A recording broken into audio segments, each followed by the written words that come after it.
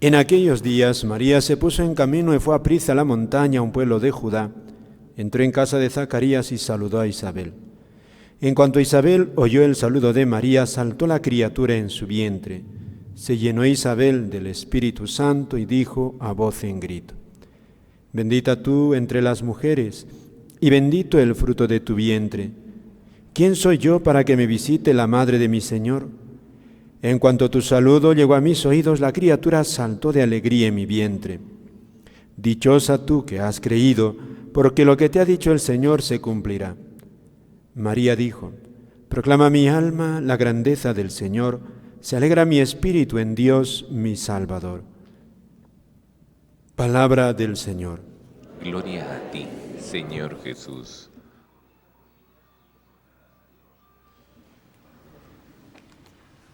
Amados hermanos, en nuestro Señor Jesucristo y María Santísima, nuestra Madre, hoy día nosotros felicitamos a Nuestra Señora de Guadalupe por esta su fiesta. Y esta fiesta para nosotros, queridos hermanos, tiene muchísimo significado. Podríamos quizá darle dos perspectivas.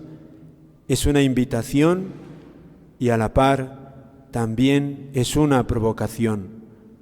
Una invitación, queridos hermanos, como siempre es Dios. Hace 2000 años nace en un pesebre, niño chiquito, e invita a acogerlo. Y entonces los sabios descubren en las profecías que iban a ser en Belén de Judá. Y le señalan el camino, pero no se mueven. Y se dan cuenta también los magos de Oriente, y ellos mueven cielo y tierra, viajan desde lugares remotos, atraviesan grandes soledades. Dice incluso la Biblia que hay un momento en que la estrella desaparece, es decir, son hombres que se han sentido invitados fuertemente y se mueven a adorar al niño Dios, que lo encuentran finalmente en el regazo de su madre. Fueron invitados y encontraron, dice la Biblia, encontraron al niño con María su madre. Y también a los pastores. Dios les invita por medio de los ángeles. Y los pastores van y se encuentran también con el niño Dios. Eso de hace 2000 años también sucede para nosotros, para toda en esta parte de la iglesia en América, hace 500 años. Para nosotros empieza sobre todo 1519, cuando Hernán Cortés llega, tenía solamente un capellán, 500 hombres. Empieza toda esta historia, todo este brazo poderoso de Dios que así mueve la historia, con los pecados incluso de los hombres, misterio de Dios. ¿Cuántos pecados no ha habido? El trigo y la cizaña siempre está junto. Y entonces, fíjate, 1519 y para 1531, cuando apenas no ha pasado sino un poquito más de 10 años, toda esa labor de fusión de dos culturas se estaba hundiendo a los 10 años, aparatosamente.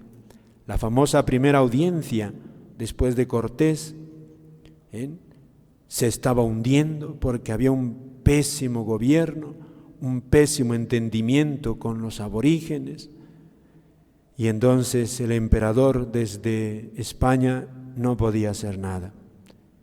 Y los religiosos desanimados, habían llegado ya gran número de sacerdotes, frailes sobre todo, franciscanos y dominicos, y estaban hartos porque no podían trabajar, no podían llevar la palabra de Dios, no podían convertir a nadie, porque el testimonio de muchos españoles era pésimo, y ya tenían decidido y de hecho abandonaron México, ¿no? La parte de México, no todo, sino México.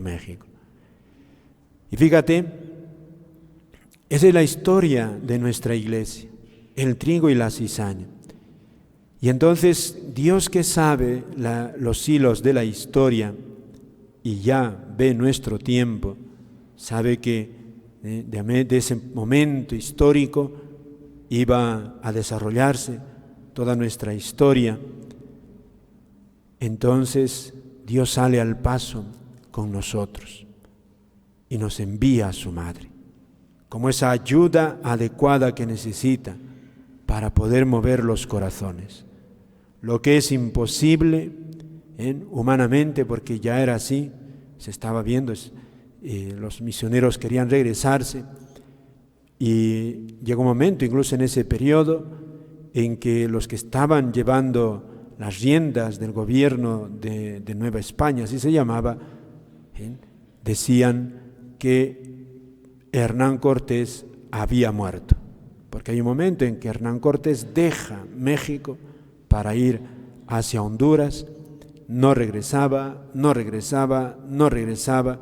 y entonces había gente muy interesada y declaran: ese hombre ha muerto, o sea que no está el líder, y entonces peor se puso la cosa, porque Hernán Cortés, con sus defectos, sabía entenderse con los aborígenes, sabía gobernarlos más o menos bien.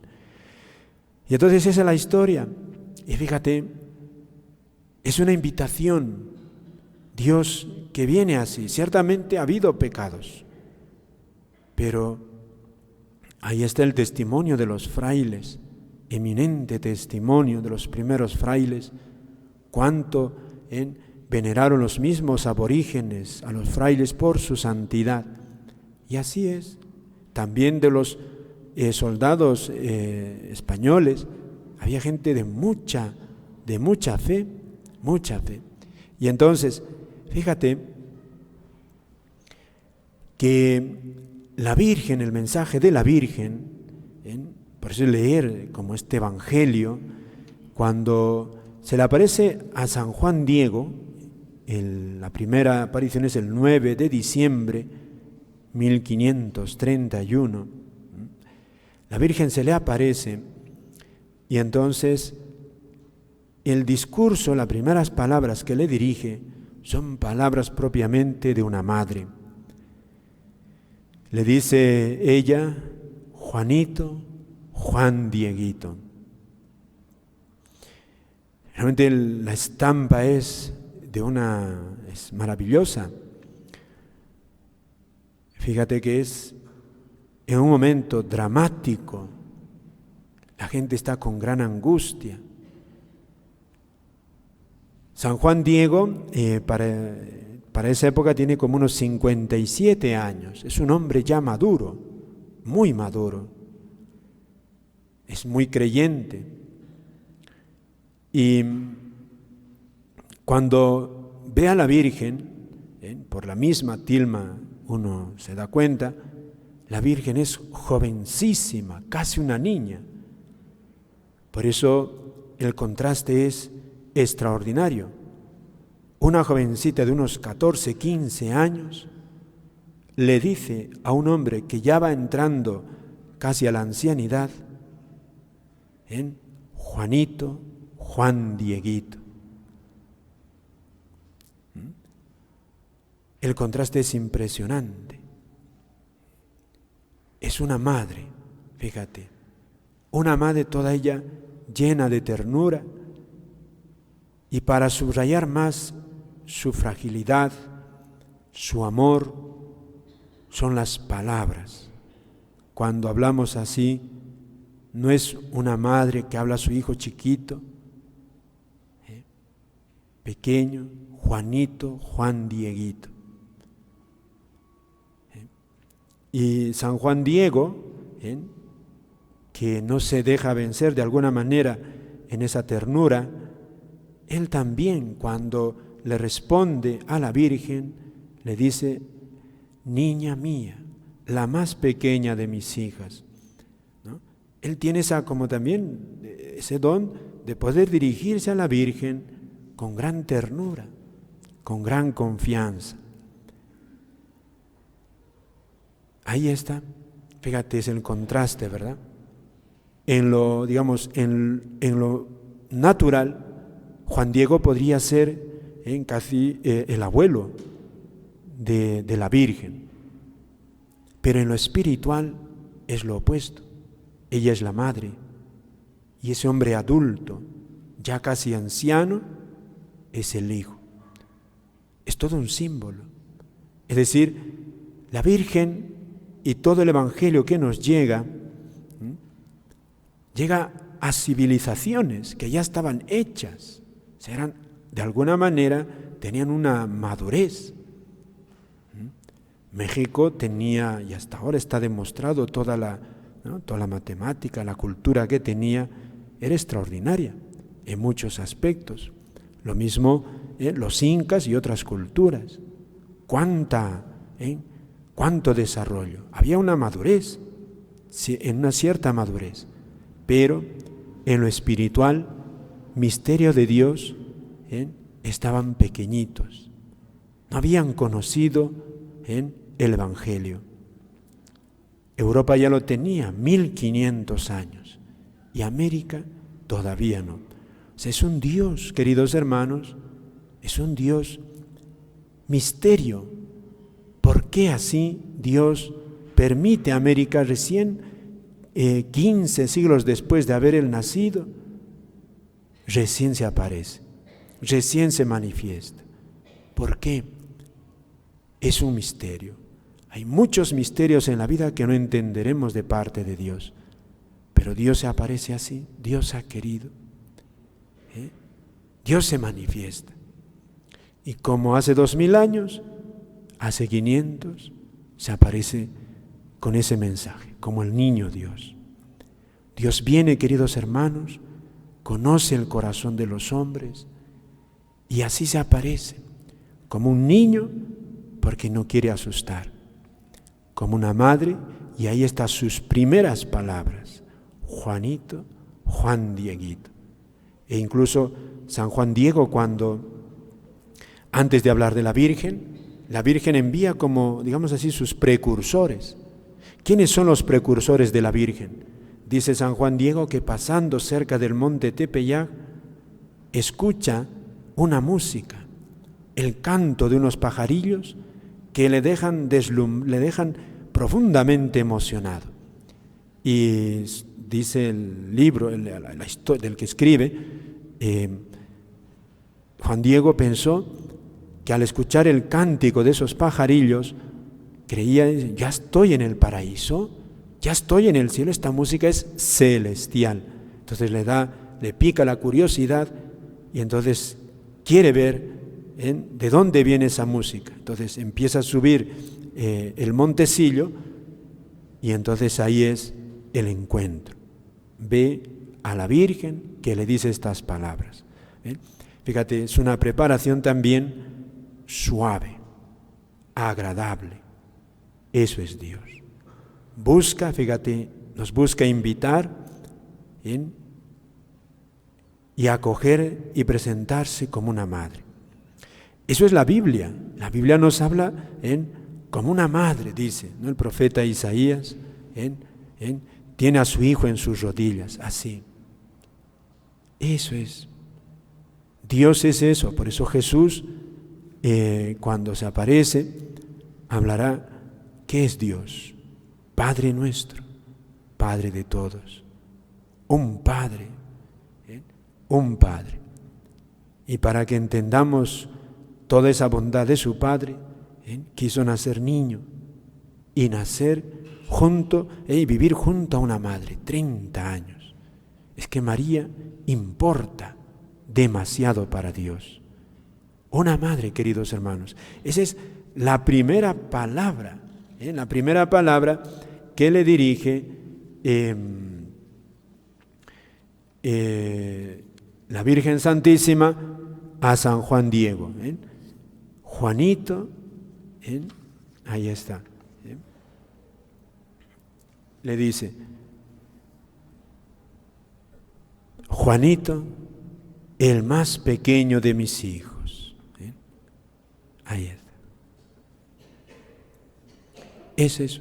Y luego la famosa, ya después el día 10 tendrá otra aparición, el día 11 tiene un problema San Juan Diego, no puede ir se queda en su casa, su tío se ha puesto enfermo, y finalmente el día 12 vuelve, y ya el santito que no quería meterse en problemas, porque el día 10 no fue bien acogido por el obispo, porque la Virgen le dice, ve al obispo y dile que yo quiero que me haga una casa aquí.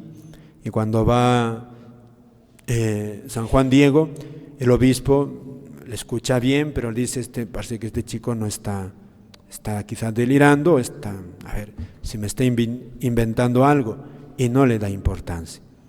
Y el santito se da cuenta que pues, no le hacen caso, y se lo dice a la Virgen, mira, a mí no me hacen caso, así que yo no voy, porque da vergüenza estar ahí junto a esos hombres tan importantes y yo aquí soy nada.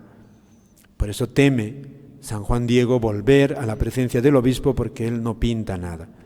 Y el día 11 se pone mal su tío, el día 12 por la mañana va a San Juan Diego a buscar al sacerdote que necesita a su tío para recibir los sacramentos.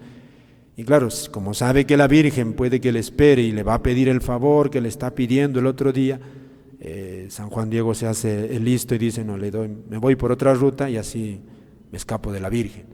Ese es un poco chistoso, porque es la simpleza que también manifiesta a veces San Juan Diego, y se encuentra con la Virgen, a pesar de todo. Y ahí está la famosa revelación, cuando la Virgen le dice eso, hijo mío, le dice, ¿no estoy yo aquí, que soy tu madre? Cuando le manifiesta su preocupación, no estoy yo aquí. Ahí está. Y por otra parte, fíjate, es una invitación la Virgen, una invitación a todos nosotros a acoger con la sencillez de un niño, porque eso es San Juan Diego, como un niño se cree las palabras de la Virgen. Es todo un signo. Es lo que Dios quiere de nosotros. Acoger la palabra, dice, si no volvéis a ser como niños, no entraréis en el reino de los cielos. Y San Juan Diego a ciegas acoge. Fíjate, un hombre adulto. Un hombre adulto. Y entonces, fíjate, ya han pasado 500 años. Esto podría parecer toda una poesía, una historia muy fantástica, lo de la Virgen. Pero su tilma, queridos hermanos, esta tilma, que esto está en una réplica que tenemos aquí, no es una fantasía. Esto es historia. Esto es historia. ¿Qué es la historia? Queridos hermanos, la realidad es la realidad, eso. Esto no es un invento, no es un invento. La tilma que se venera en México no es una fantasía. Por eso para nosotros, para todos nosotros y para toda la Iglesia, la tilma es ese sello de Dios a sus obras.